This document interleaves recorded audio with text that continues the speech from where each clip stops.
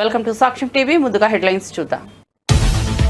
మాజీ మంత్రి కాకానికి 14 రోజుల రిమాండ్. అక్రమ మైనింగ్ కేసులో కాకానికి రిమాండ్ విధించిన వెంకటగిరి కోర్టు. కాకాని నిన్న అదుపులోకి తీసుకున్న పోలీసులు. క్వాడ్ అక్రమ మైనింగ్ ఆరోపణల కేసులో అరెస్ట్ అయిన వైసీపీ సీనియర్ నేత.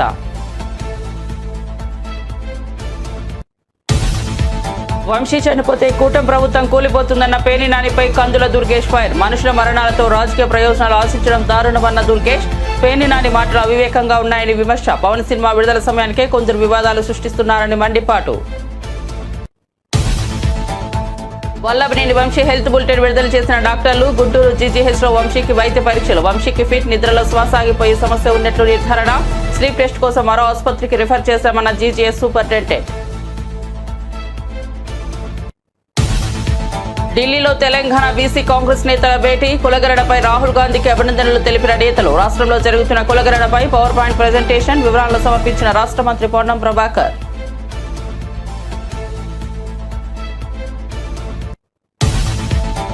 కవిత ఎపిసోడ్ పై ఈటెల సంచలన వ్యాఖ్యలు. కేసీఆర్ దృష్టిలో నెగిటివ్ గా పడితే ఇక అంతే. ఎవరైనా టార్గెట్ చేస్తే వారు ఎవరైనా సరే ఎక్కడున్నా సరే వదలరని వెల్లడి.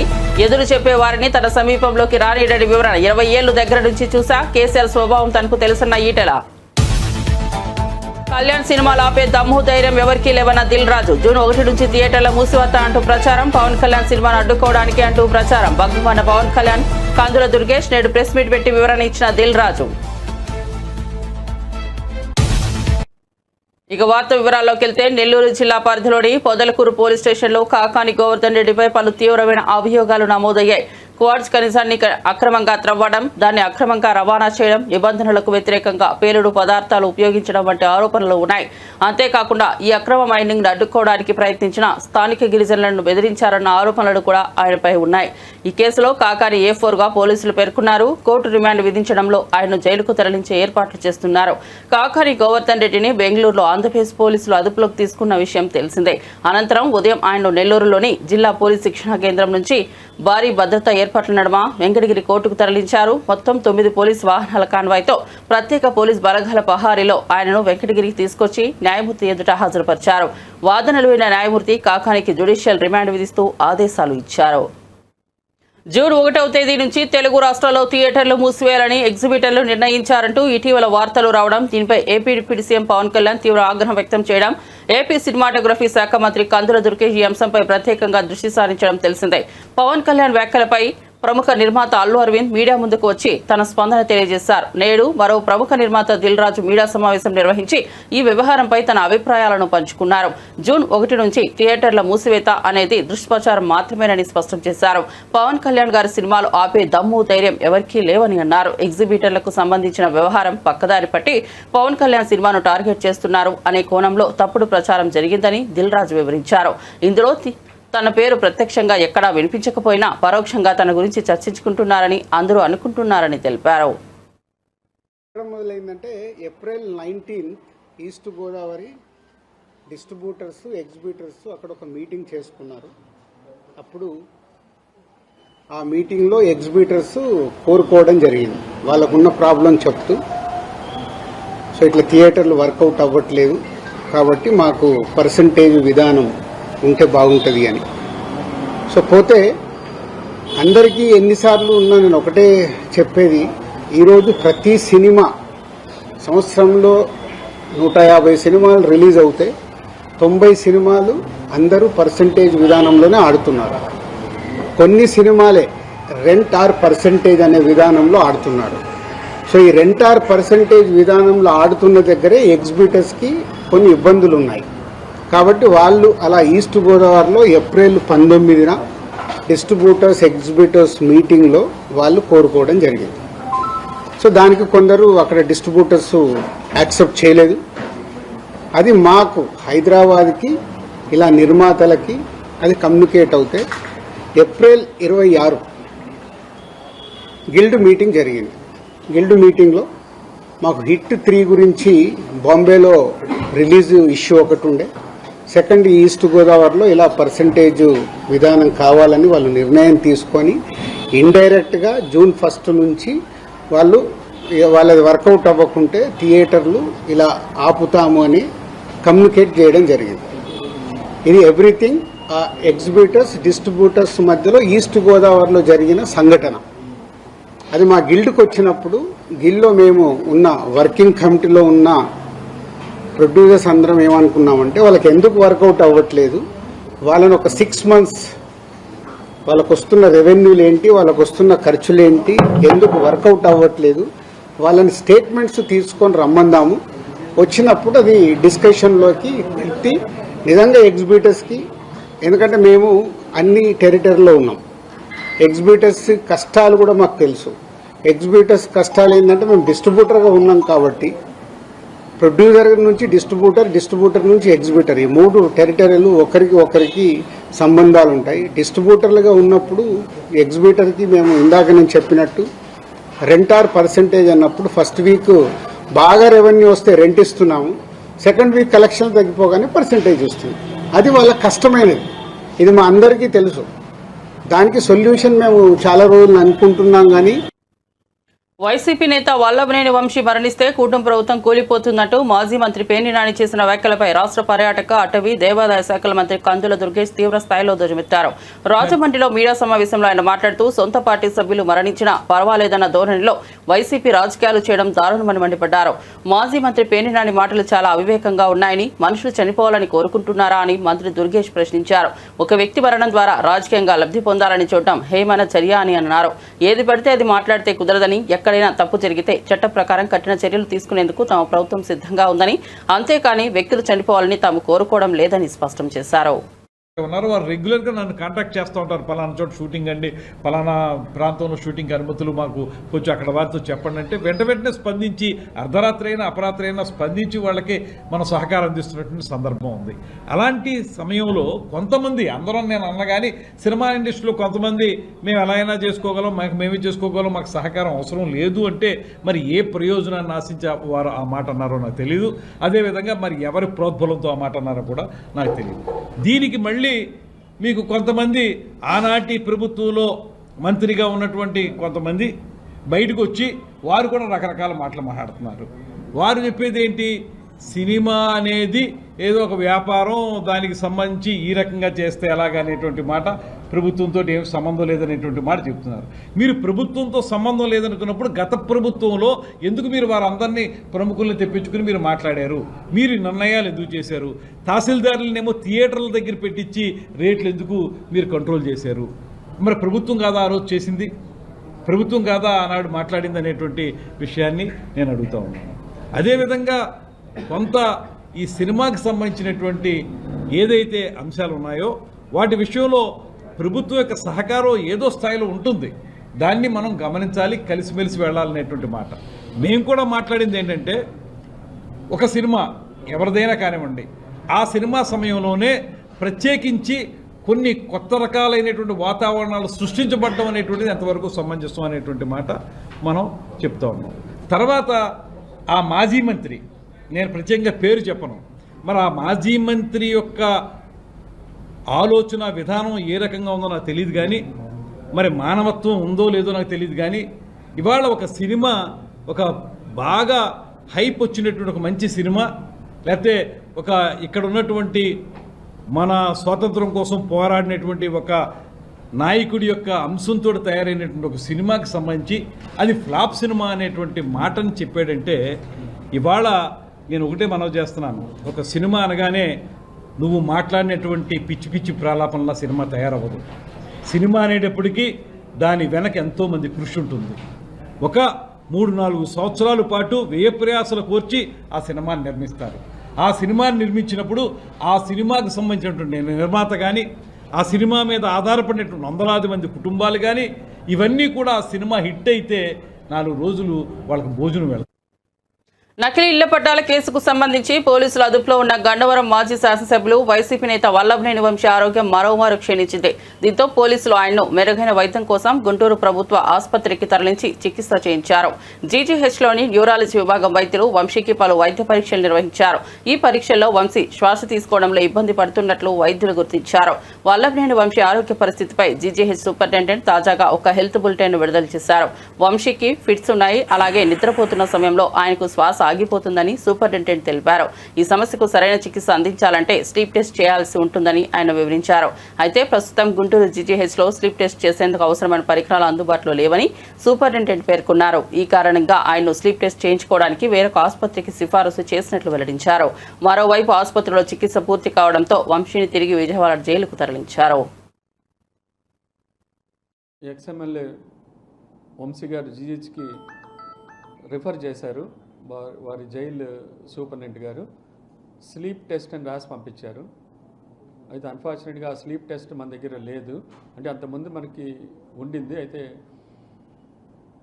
అది గత 1 yearగా రిపేర్లో ఉండటం వల్ల న్యూరాలజిస్టులు చూసి స్లీప్ టెస్ట్ మన దగ్గర లేదు కాబట్టి అది చేయలేమని చెప్పి మిగతా టెస్టులను చేసి మిగతాగా ఎగ్జామిన్ చేసి అట్లాగే జనరల్ ఫిజిషియన్ పల్మనాలజిస్ట్ కూడా వారిని ఎగ్జామిన్ చేసి వారికి మందులు రాసి పంపించారు. అవసరమైనవి చూసి వారు స్టేబుల్గా ఉన్నారని చెప్పారు. అందుకని వారిని అవుట్ పేషెంట్గా చూసి వారికి కావాల్సిన టెస్టులు రాసి ఈ స్లీప్ టెస్ట్ మన దగ్గర అవైలబిలిటీ లేదు.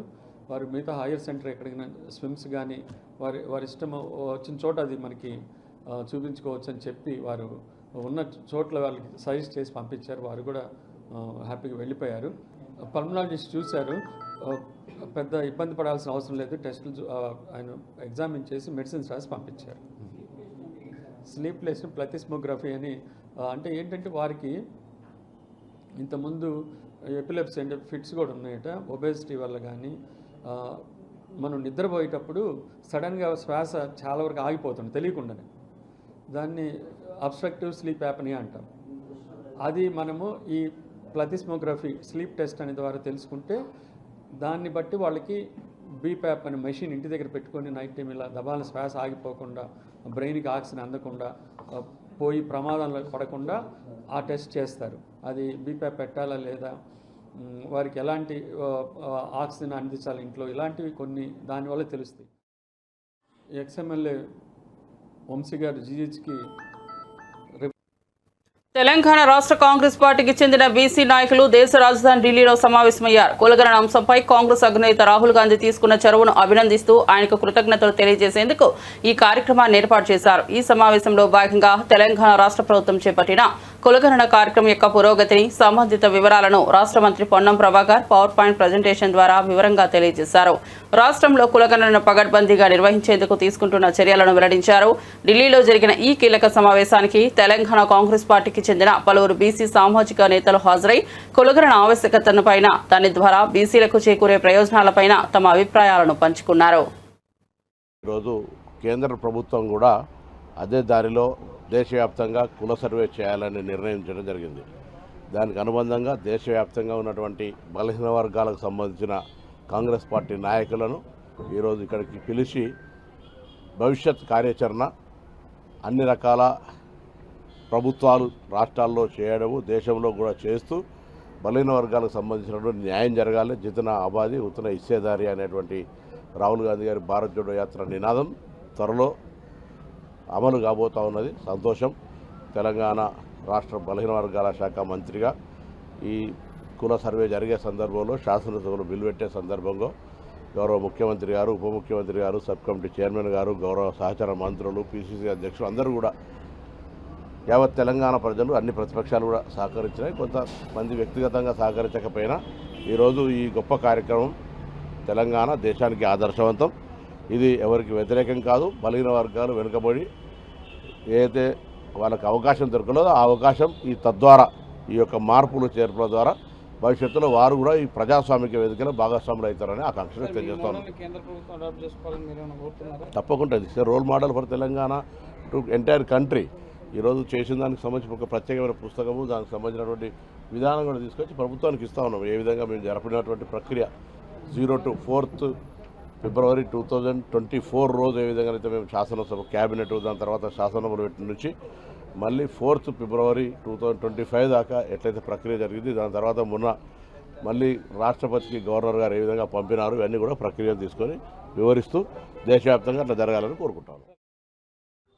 ఓబీసీకి సంబంధించినటువంటి డిక్లరేషన్ సంబంధించిన అంశంలో మరి తెలంగాణ నుంచి కాంగ్రెస్ పార్టీ నేతలు, పిసిసి అధ్యక్షుడు మహేష్ కుమార్ గౌడ్ గారు, రాష్ట్రానికి సంబంధించిన బీసీ మంత్రులు పొన్నం ప్రభాకర్ గారు, కొండా సురేఖ గారు, మేమందరం కూడా సుమారు 20 మంది వరకు ఓ ప్రతినిధి బృందంగా ఈ సదస్సుకు రావడం జరిగింది. రాహుల్ గాంధీ గారి ఆలోచన ఈ దేశంలో ఇంకా వివక్ష కొనసాగుతూ ఉంది, అసమానతలు జరుగుతూ ఉన్నాయి. దీనంతటికీ బీసీ కులగణన ఒకటి చేసుకొని అందరినీ కూడా మనం గౌరవించుకునే సందర్భంలో వారు ఇచ్చినటువంటి పిలుపు మేరకు ఈరోజు దేశానికి రోల్ మోడల్ అయింది తెలంగాణ.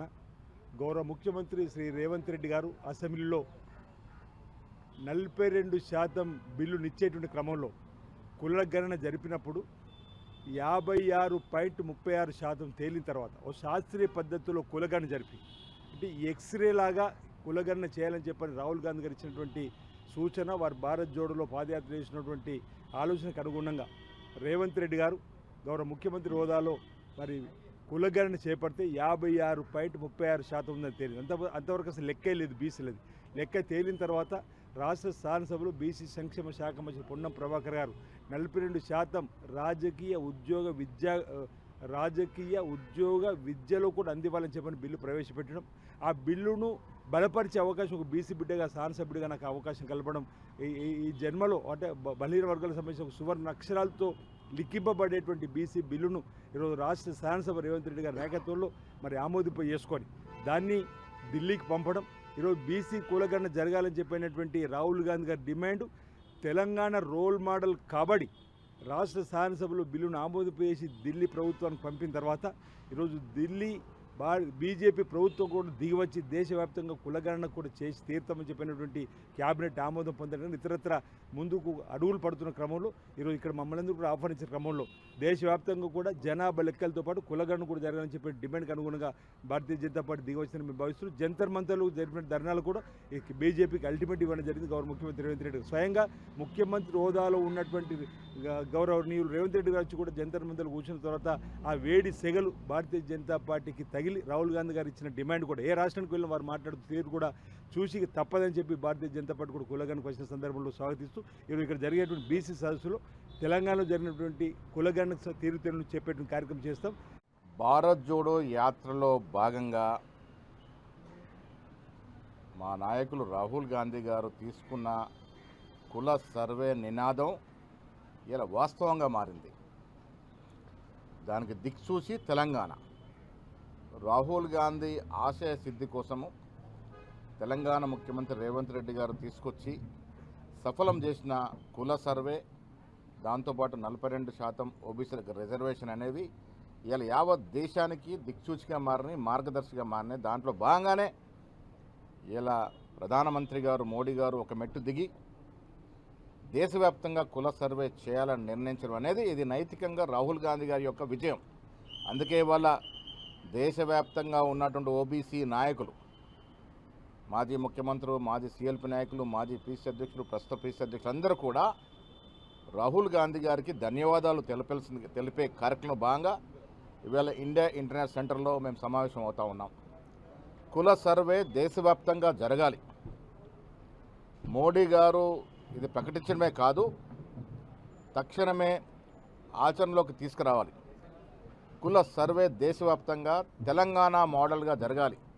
తెలంగాణలో ఏ రకంగా అయితే కుల సర్వే జరిపి దేశానికి ఒక దిక్సూచిగా మారినామో అదే తెలంగాణ మోడల్ని అనుకరించి యావత్ దేశవ్యాప్తంగా మోడీ గారు కుల సర్వే చేయాల్సిందిగా డిమాండ్ చేయడానికి ఇది ఒక సమావేశం. ముఖ్యంగా మా నాయకులు రాహుల్ గాంధీ గారికి కృతజ్ఞతా భావంతో ధన్యవాదాలు చేరడానికి ఈ సమావేశం ఏర్పాటు చేశాం. ఇలాంటి సమావేశాలు భవిష్యత్తులో ప్రతి రాష్ట్రంలోనూ జరుగుతాయి. రాజన్న సిరిసిల్ల జిల్లా కేంద్రంలో ఉద్రిక్త పరిస్థితులు నెలకొన్నాయి. ఎమ్మెల్యే కేటీఆర్ క్యాంపు కార్యాలయం వద్ద కాంగ్రెస్ బీఆర్ఎస్ శ్రేణుల మధ్య ఘర్షణ చోటు చేసుకుంది. ముఖ్యమంత్రి రేవంత్ రెడ్డి చిత్రపటాన్ని కార్యాలయంలో ఏర్పాటు చేసేందుకు కాంగ్రెస్ పార్టీ నాయకులు ప్రయత్నించడంతో ఈ వాదం తలెత్తింది. ప్రోటోకాల్ ప్రకారం ఎమ్మెల్యే క్యాంపు కార్యాలయంలో ముఖ్యమంత్రి చిత్రపటం ఉండాలని డిమాండ్ చేస్తూ కాంగ్రెస్ నాయకులు కేటీఆర్ కార్యాలయానికి చేరుకున్నారు. అక్కడ ముఖ్యమంత్రి రేవంత్ రెడ్డి చిత్రపటాన్ని ఉంచేందుకు వారు ప్రయత్నించగా బీఆర్ఎస్ నాయకులు కార్యకర్తలు తీవ్రంగా వ్యతిరేకించారు. చిత్రపటం పెట్టకుండా వారిని అడ్డుకున్నారు. ఈ క్రమంలో ఇరు పార్టీల నాయకుల కార్యకర్తల మధ్య మాటామాటా పెరిగి తీవ్ర వాగ్వాదానికి దారితీసింది. అది కాస్త తోపులాటకు దారితీసింది. ఈ గందరగోళంతో ముఖ్యమంత్రి రేవంత్ రెడ్డి చిత్రపటం ధ్వంసమైంది. దీంతో కాంగ్రెస్ నాయకులు ఆగ్రహం వ్యక్తం చేశారు. పరిస్థితి ఉద్రిక్తంగా మారడంతో అక్కడే ఉన్న పోలీసులు జోక్యం చేసుకున్నారు. ఇరు వర్గాలను చెదరగొట్టే పెట్టేందుకు లాఠీచార్జ్ చేయవలసి వచ్చింది. ఈ తోపులాట ఘర్షణలో సిరిసిల్ల పట్టణ సిహెచ్ కృష్ణ చేతివేలికి గాయమైంది. పోలీసులు ఇరు వర్గాలను అక్కడి నుంచి పంపించి పరిస్థితిని అదుపులోకి తీసుకొచ్చారు.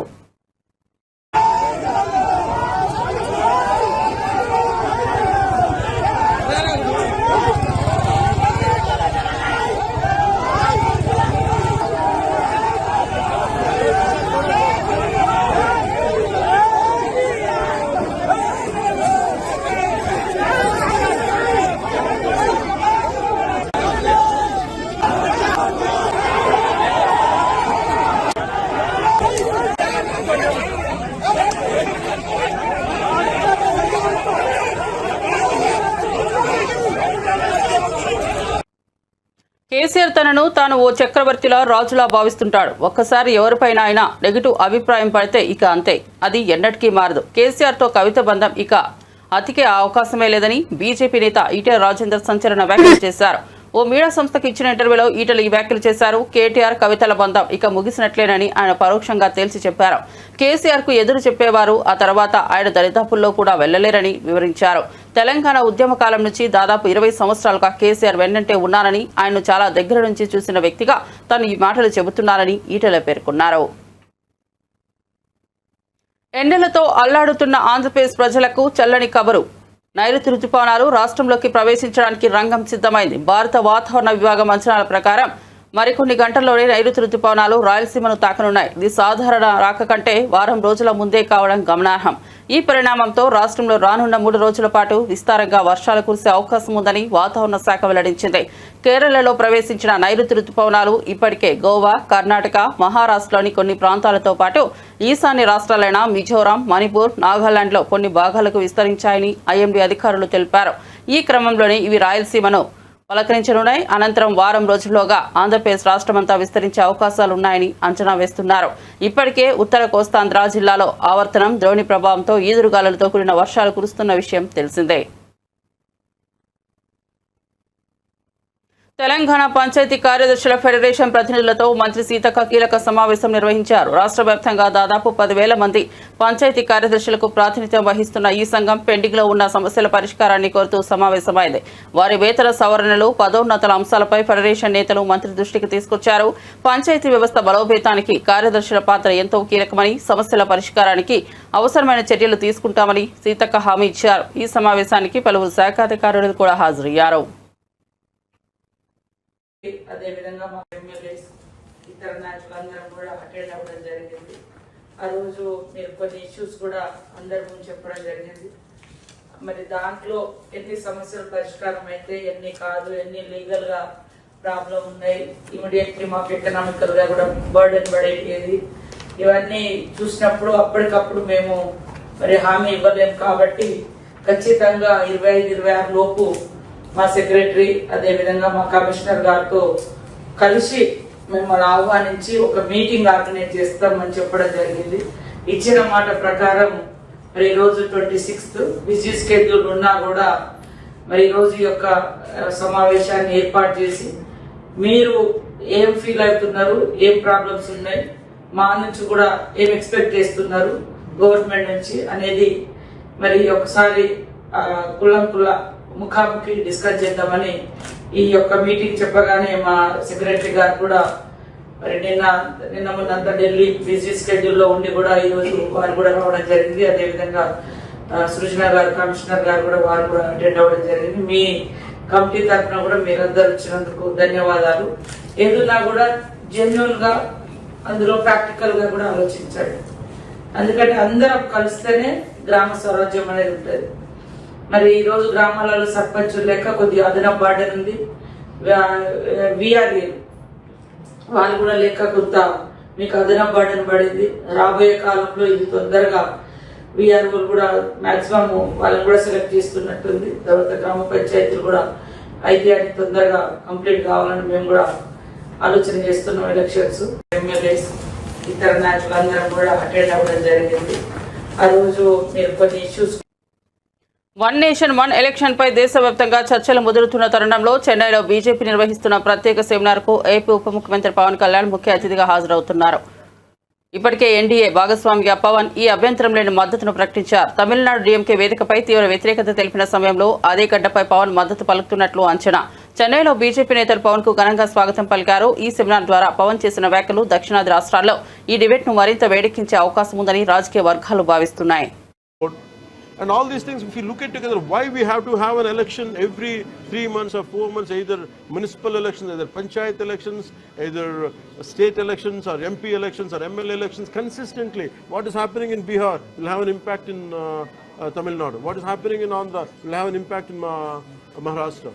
Somewhere we should put an end. The purpose of one nation, one election is to put an end to all this. Right from, it should not just a two-tier election, it should be a three-tier election.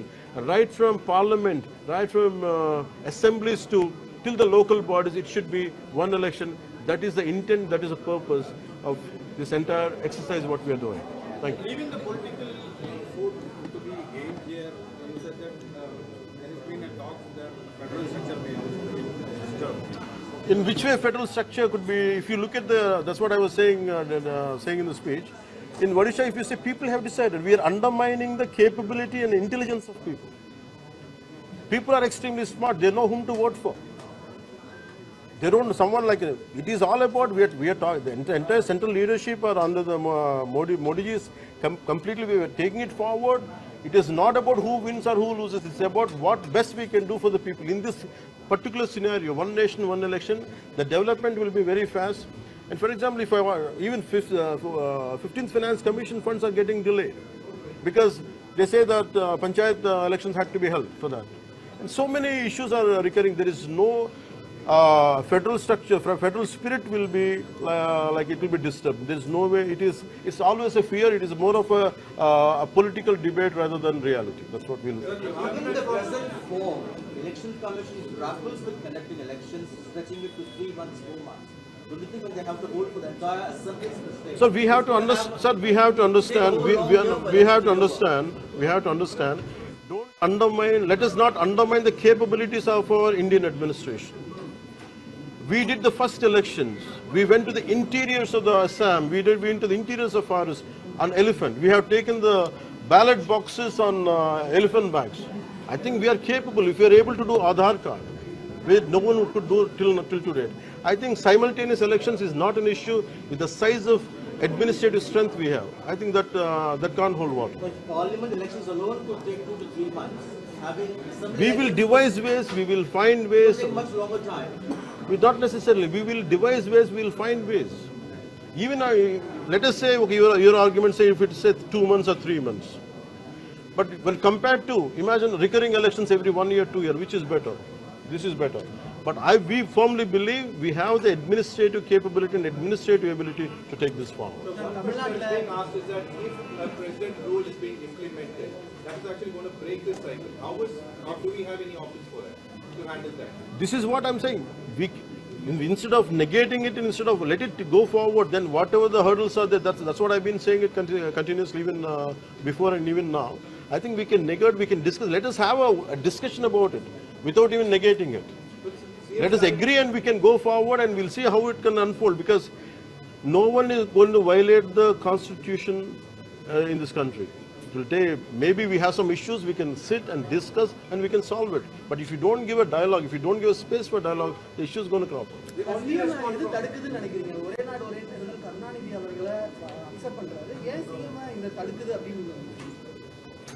That's the question you should ask Stalin.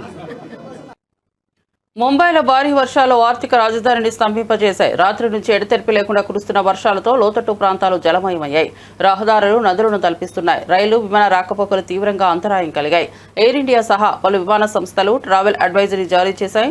Normal పాయింట్లో గంటలో 104 కిలోమీటర్ల వర్షపాతం నమోదైంది. ముంబై, ఠానే జిల్లాలో yellow alert, Raigad, సింధుగర్, Ratnagiri జిల్లాలో orange అలర్ట్ను వాతావరణ శాఖ జారీ చేసింది. మరిన్ని అప్డేట్స్ కోసం చూస్తూనే ఉండండి సాక్ష్యం టీవీ.